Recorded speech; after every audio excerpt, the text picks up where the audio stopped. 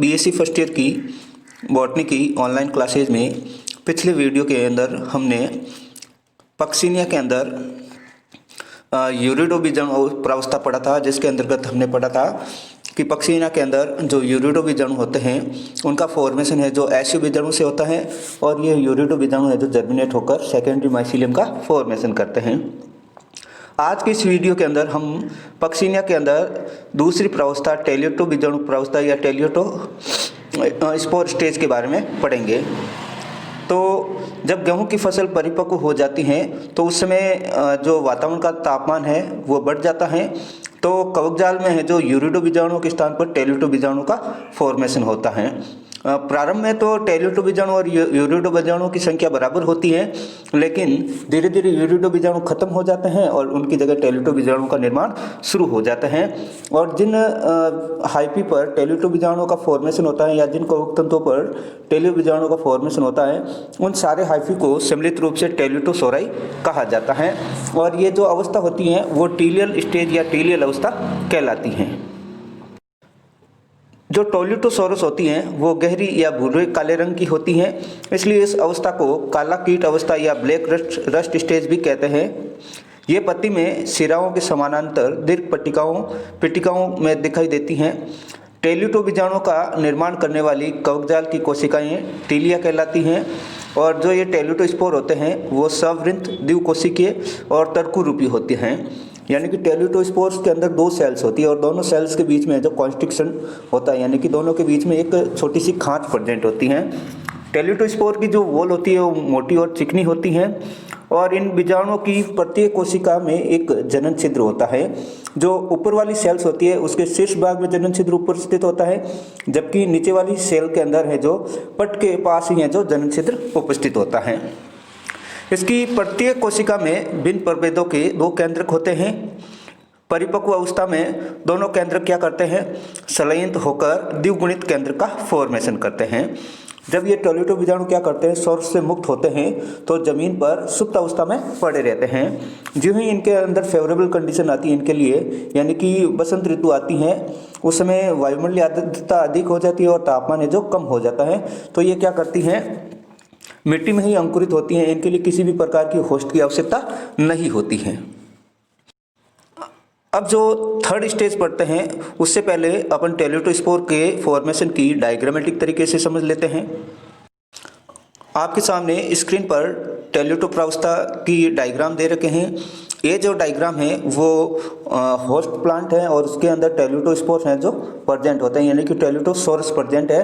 और टेलियोटोसोरस के अंदर अगर अपन इसका डायग्राम टीएस काट के देखें तो टेलियोटोसोरस हैं जो यूरिडो बीजाणु सेकेंडरी माइसीलियम फॉर्मेशन करते हैं, और ये सेकेंडरी माइसीलियम क्या करती है, जो होस्ट सेल्स होती है या होस्ट टिश्यूज होते हैं उनकी सेल्स के बीच में इंटरसेल्युलर अवकाश के बीच में ये जो पाई जाती हैं, और उनसे जो उधर्व जो तंतु निकलते हैं जिनके ऊपर प्रारंभ में तो यूरिडो स्पोर प्रेजेंट रहते हैं, लेकिन धीरे धीरे यूरिडो स्पोर की जगह किसका फॉर्मेशन होने लगता है, टेलियोटो स्पोर का फॉर्मेशन होने लगता है।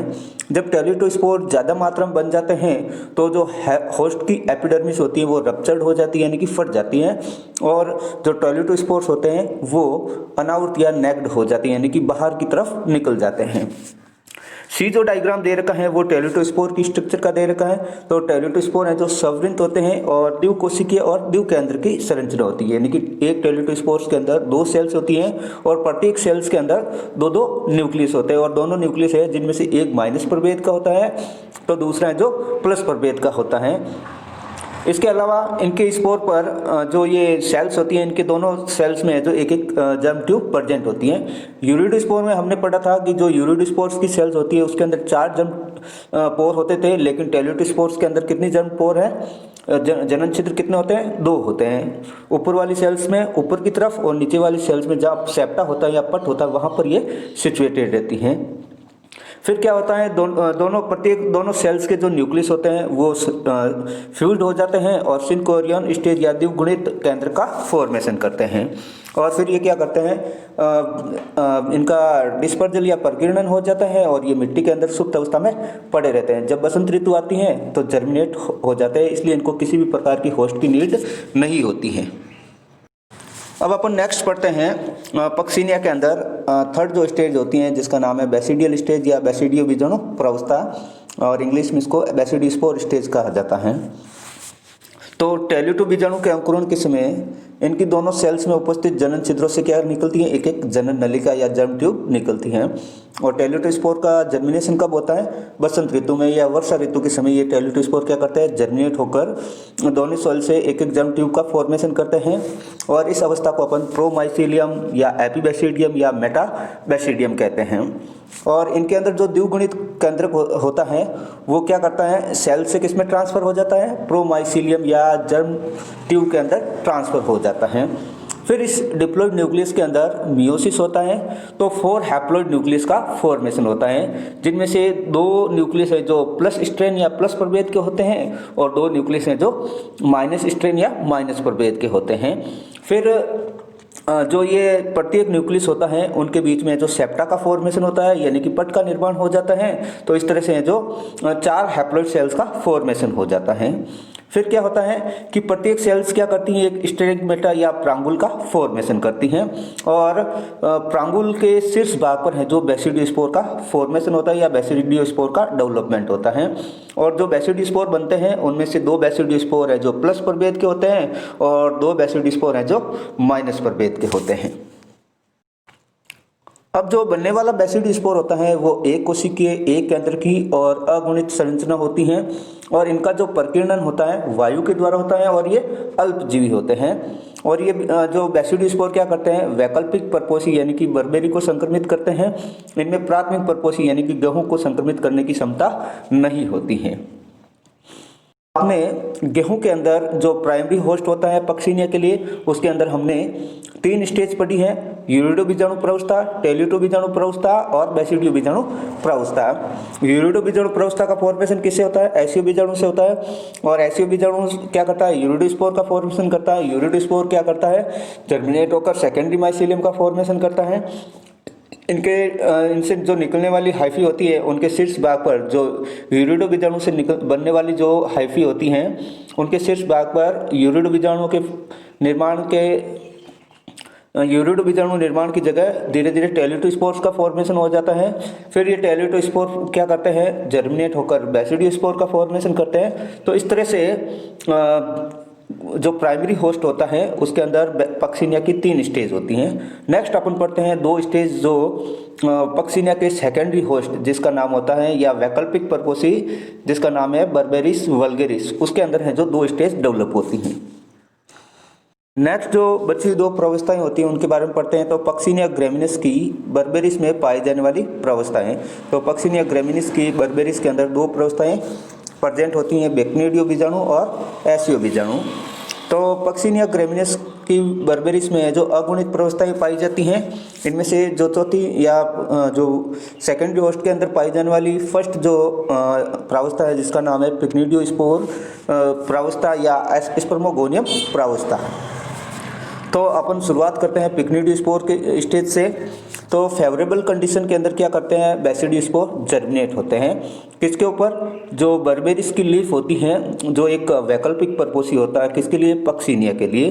तो बर्बेरिस की लीफ पर बेसिडियोस्पोर आकर गिर जाते हैं, फिर जर्मिनेट होते हैं। और प्रत्येक स्पोर क्या करता है, बर्बेरिस के लीफ पर जर्मिनेट होकर जर्म ट्यूब का फॉर्मेशन करता है जिसे अपन प्राथमिक हाइफा या प्राथमिक कवक तंतु कहते हैं।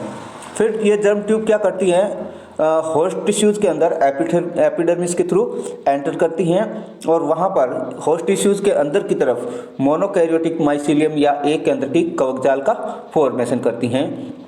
जो ये मोनोकैरियोटिक कवक जाल बनता है वो प्लस प्रभेद का भी हो सकता है और माइनस प्रभेद का भी हो सकता है, क्योंकि जो जर्मिनेट होने वाले बेसिडियोस्पोर थे उनमें से आधे प्लस स्ट्रेन के होते हैं और आधे हैं जो माइनस स्ट्रेन के होते हैं। तो इनके द्वारा जो बनेगा एक केंद्र की माइसीलियम वो भी कैसा होगा, या तो प्लस प्रभेद का होगा या माइनस प्रभेद का होगा।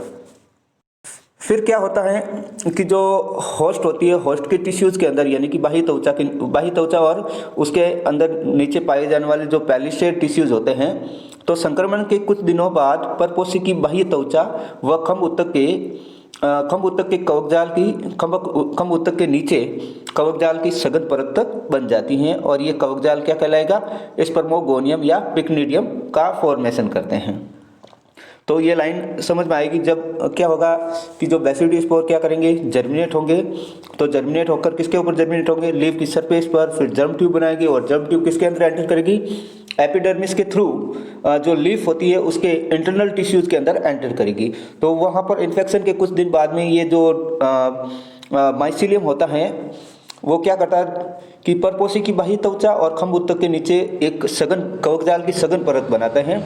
और कवक जाल ये जो सघन परत क्या करती हैं, स्पर्मोगोनियम या पिक्निडियम का फॉर्मेशन करती हैं। और ये जो स्पर्मोगोनियम या पिक्निडियम होते हैं वो लीफ की ऊपरी सतह पर हल्के धब्बों के रूप में दिखाई देते हैं। फिर अगर अपन इस पत्तिका या लीफ का टीएस काटते हैं यानी कि अनुप्रस्थ काटते हैं तो उसमें ये जो पिक्निडियम होते हैं वो फ्लास्क शेप दिखाई देते हैं और बाहरी सतह पर ये क्या करते हैं, एक छिद्र के द्वारा खुलते हैं जिसे ऑस्टियोल कहा जाता है। तो पिक्निडियम बाहर की तरफ किसके थ्रू खुलते हैं, ऑस्टियोल के थ्रू खुलते हैं। फिर फ्लास्क नुमा गुहिका के चारों ओर क्या होता है, एक मोटी भित्ति होती है और इस भित्ति से अनेक छोटे एक केंद्र की कवक तंतु क्या करते हैं, बाहर की ओर निकलते हैं, जिन्हें अपन क्या कहेंगे, स्पर्मेशिया दर या पिक्निडियम दर कहते हैं। फिर क्या होता है, पिक्निडियम दर के शीर्ष पर असंख्य एक केंद्र की बीजाणुओं का विकास होता है, जिन्हें अपन क्या कहेंगे, स्पर्मोसियम या पिक्निडियोस्पोर या पिक्नो बीजाणु कहते हैं। और जो ये बीजाणु भी बनने वाले बीजाणु भी क्या होते हैं, या तो प्लस प्रभेद के होंगे या माइनस प्रभेद के होंगे, क्योंकि जो स्पर्मेशियम दर या पिक्निडियम दर बनता है वो भी प्लस स्ट्रेन का हो सकता है या माइनस स्ट्रेन का हो सकता है। तो जो बनने वाले बीजाणु भी क्या होंगे, या तो प्लस स्ट्रेन के होंगे या माइनस स्ट्रेन के होंगे। और जो ये बीजाणु होते हैं वो नर युग्मक या मेल गैमेट के रूप में वर्क करते हैं। अब क्या होता है, पिक्निडियम की भित्ति पर अनेक पतले असंगठित बंधीय कवक तंतु विकसित होते हैं, जिन्हें अपन क्या बोलेंगे, पेराफाइसिस या सहसूत्र कहते हैं। इसके अलावा ऑस्टियोल के पास भी और सहसूत्र के बीच में भी पतले लंबे पटयुक्त शाखित या अशाखित कवक तंतु विकसित होते हैं, जिन्हें अपन क्या कहते हैं, ग्राही कवक तंतु या फ्लेक्सुअस कवक तंतु कहते हैं। परिपक्व पिक्निडियो बीजाणु में क्या होता है, प्राथमिक परपोषी व वैकल्पिक परपोषी को संक्रमित करने की क्षमता नहीं होती है।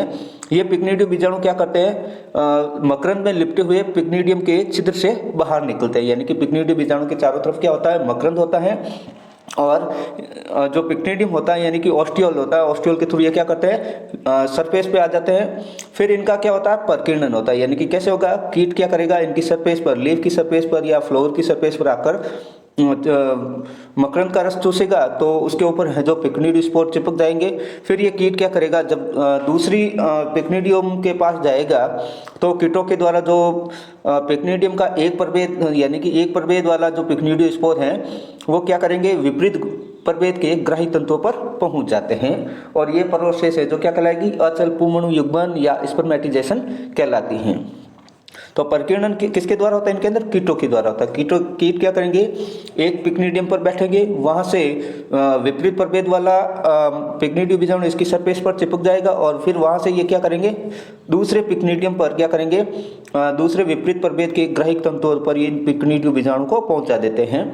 तो इस प्रोसेस को अपन क्या बोलते हैं, स्पर्मेटाइजेशन कहते हैं। फिर क्या होता है, पिक्निडियो बीजाणु व ग्राहिक कवक तंतु की उभयनिष्ठ भित्तियां गल जाएगी, जिससे पिक्निडियो बीजाणु का केंद्र किसके अंदर चला जाता है, ग्राहिक कवक तंतु के अंदर चला जाता है और इसके फलस्वरूप है जो एक द्विकेंद्र की कवक जाल का फॉर्मेशन होता है।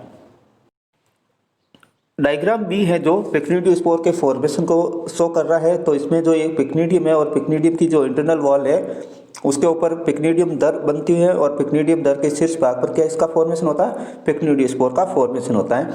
इसके अलावा इनके पास में फ्लेक्सुअस हाइपी या ग्राहिक कवक तंतु भी होते हैं और ये पिक्निडियोस्पोर क्या करते हैं, इस ऑस्टियोल के थ्रू बाहर निकलते हैं और इनके ऊपर क्या करते हैं, इनके चारों ओर मकरंद लिपटा रहता है। जब कोई इंसेक्ट आएगा इसको टच करेगा तो ये पिक्निडियोस्पोर इंसेक्ट से बॉडी से चिपक जाएंगे, जो माइनस प्रभेद के होते हैं या प्लस प्रभेद के, दोनों में से कोई एक प्रभेद का होगा और वो क्या करेगा कीट है जो इनको विपरीत प्रभेद के ग्राही कवक तंतु या फ्लेक्सुअस हाइफी तक पहुंचा देता है। फिर क्या होता है, पेप्निडियोस्पोर का जो न्यूक्लियस होता है वो फ्लेक्सुअस हाइफी के अंदर चला जाता है और द्विगुणित केंद्र का फॉर्मेशन करता है। ये द्विगुणित केंद्र क्या करते हैं, जर्मिनेट होकर द्विग केंद्र की कवक जाल का निर्माण करते हैं।